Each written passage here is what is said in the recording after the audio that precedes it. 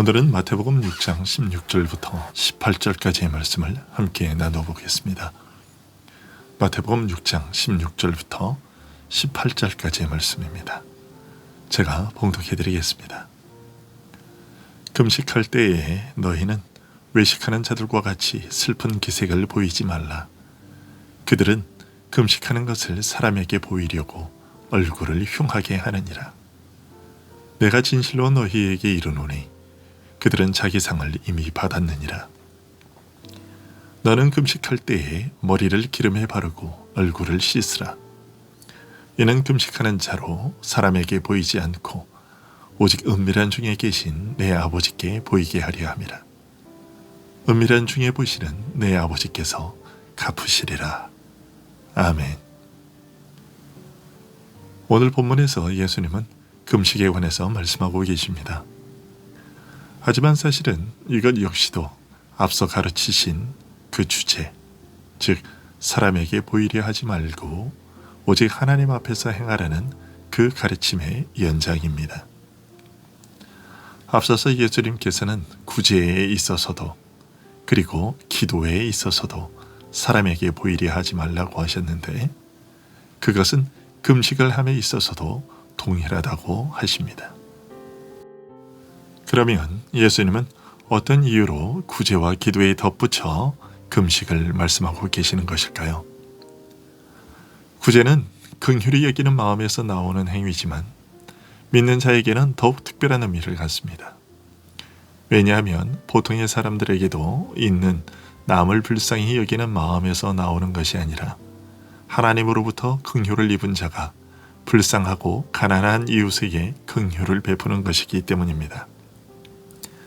이런 의미에서 불쌍한 자에게 긍휼을 베푸는 것은 믿는 자의 삶의 근본 윤리를 대표하는 것이라고 할 수 있습니다. 기도 역시도 그렇습니다. 기도는 우리가 하나님께 아뢰어 모든 은혜를 받아 누리는 수단이기에 날마다 하나님으로부터 오는 힘과 은혜로 살아가는 우리로서는 기도 없이는 그 어떤 것도 할 수 없다고 해야 합니다. 그런 이유로 구제와 기도와 금식에 관한 말씀 중에서 기도에 관한 가르침이 가장 많은 분량을 차지하고 있고 중심 위치를 차지하고 있는 것입니다. 그러나 구제와 기도에 이어 왜 금식을 언급하셨을까? 일단은 금식이 구제와 기도에 연결되고 있다는 것은 금식이 그것들만큼이나 우리 신자들의 삶에서 크고 중요한 비중을 차지하고 있다는 것을 알려줍니다.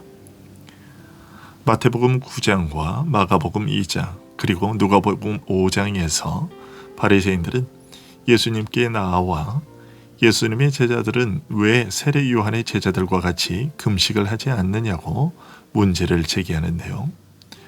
그런 사실은 당시 유대인들이 금식을 얼마나 중요하게 여겼는지를 보여줍니다. 그럼에도 불구하고 금식이 어떤 이유로 구제와 기도와 더불어 중요하게 취급되는 것인지는 쉽게 이해가 되지 않습니다. 하지만 물과 음식이 사람의 생존에 어떤 가치를 지니는지를 생각해 보면 그 이유를 짐작해 볼 수 있습니다. 금식은 말 그대로 사람이 생존하는 데에 있어서 가장 필수적인 것의 공급을 끊는 것이죠. 그런 의미에서 금식은 자신의 생명을 내어놓는다는 것을 표현하는 것입니다. 일반적으로 사람들은 극히 중대한 일이나 어려움을 당하게 될 때 식음을 전폐하고 그 일에 몰두하고 매달리는데요. 그런 것을 놓고 생각해 보면 금식은 지금 자신이 죽고 사는 것보다 더 중대한 문제에 부딪혔다는 것을 드러내는 수단인 것입니다.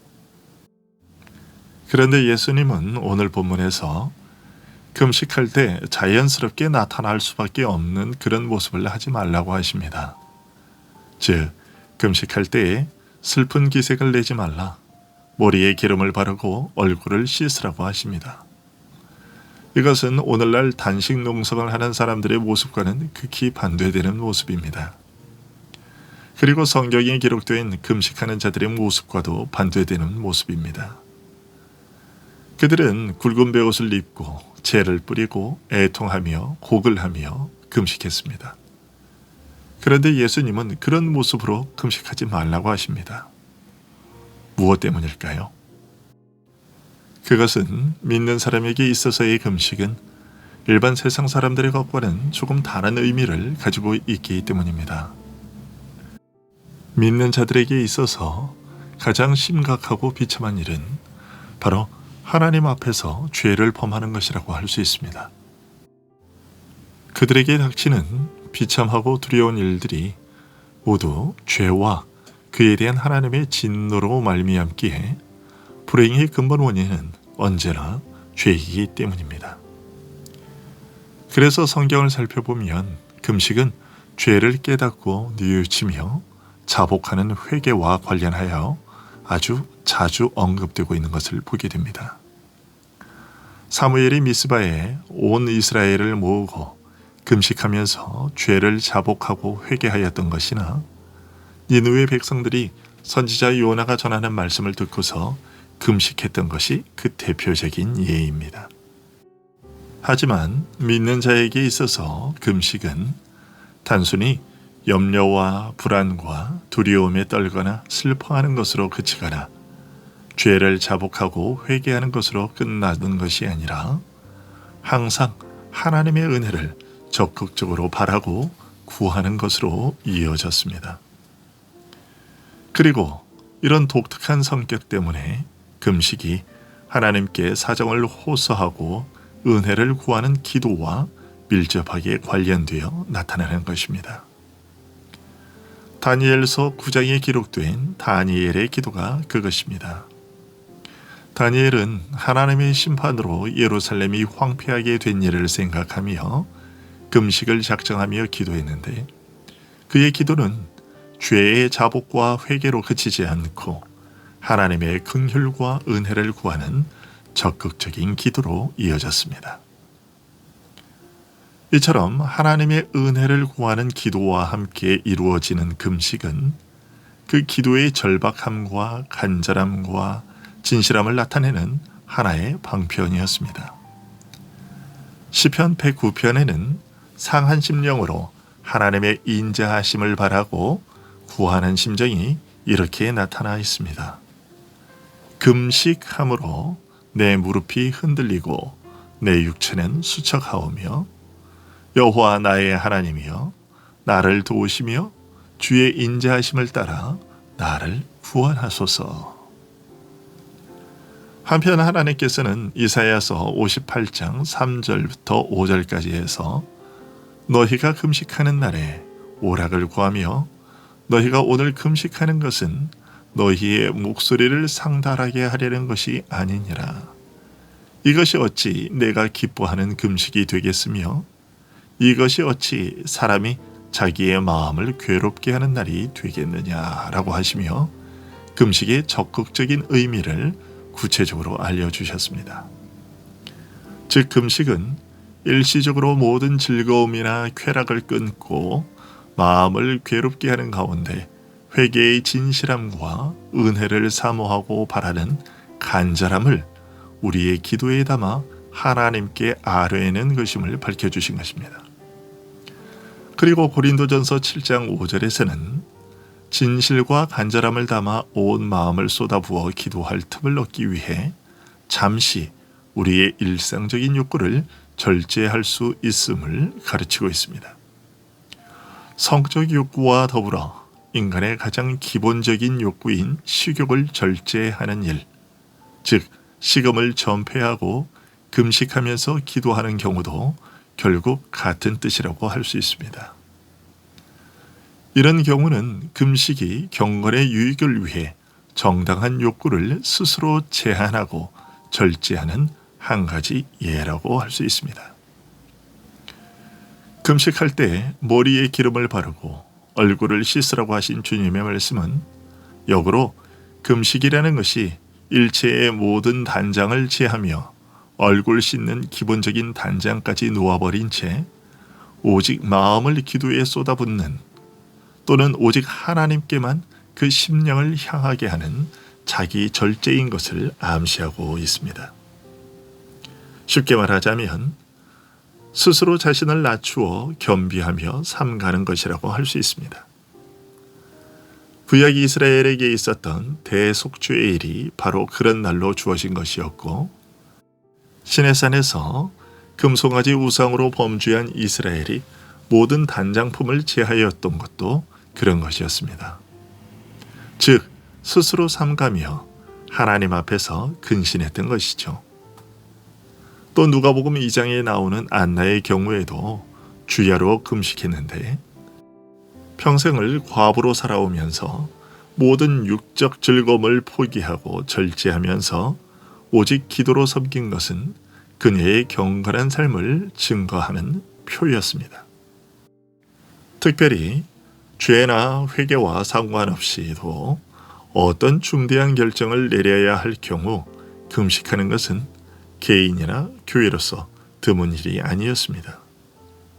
사도행전 13장 2절에 기록된 안디옥 교회의 금식과 사도행전 14장 23절에 기록된 소아시아의 교회들이 장로들을 세우고 그들을 주께 부탁할 때 했던 금식, 또 모세의 40일간의 금식과 엘리야의 40일간의 금식 여행, 그리고 예수님의 40일 동안의 금식 등은 하나님의 중대한 일이나 사명을 위한 준비로서 더욱 중요한 절제와 근신의 뜻을 가다듬는 행동들이었습니다.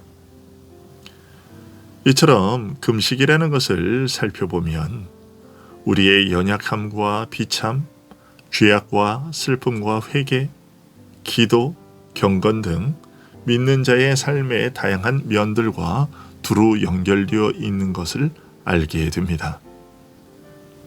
믿는 자에게 있어서 중요한 삶의 자세, 곧 절제와 진실과 간절함과 진지함 등을 나타내는 행위들이라고 할 수 있는데요. 그러나 금식 안에 함축된 이런 자세들은 사람을 향한 것이 아니요 모두 하나님을 향한 것들입니다. 믿는 자가 자신의 연약함과 죄악을 슬퍼하고 회개하며 애통하는 것은 결코 자신이나 다른 사람을 향하여 토로하는 것이 아니지요. 오직 하나님을 향한 것입니다. 회개라는 것 자체가 바로 하나님을 향하여 돌이키는 것이요 하나님께 돌아가는 것입니다. 우리의 기도가 하나님을 향한 것이듯 우리의 경건 역시 하나님을 향한 것입니다. 죄에 대하여 죽고 하나님에 대하여 사는 것이기 때문이지요. 오늘 말씀에서 예수님께서는 금식을 예로 들어 믿는 자들의 모든 경건의 요소들이 무엇보다 우선적으로 하나님과 관계된 것들이요 하나님을 향한 것들이라고 가르쳐 주고 계신 것입니다. 이러한 행위들은 결코 사람에게 보이기 위한 것이 아니기에 금식할 때 일부러 슬픈 기색을 나타내며 얼굴을 흉하게 하지 말고 오히려 머리에 기름을 발라 단장하고 얼굴을 깨끗이 씻어 마치 사람들에게는 금식하지 않는 듯 보이게 하라고 말씀하신 것입니다. 중요한 것은 하나님을 향한 우리의 내적 자세라는 것을 다시 한번 알려주신 것이죠. 그리고 금식은 그 자체로서 의미와 가치를 가지지 않고 이런 마음의 자세와 영적 내용을 담는 그릇이며, 그러기에 이런 내용이 빠진 금식은 아무런 가치를 지니지 못한다는 것을 지적하고 계신 것이죠. 주님의 이 가르침에 따라 사람들의 눈에 드러나는 우리들의 모습이 단지 외양만 그럴듯한 것이 아니라 그 행위들이 지니고 있는 의미들이 오롯이 담겨진 것으로 나타날 수 있어야 하겠습니다. 기도하겠습니다.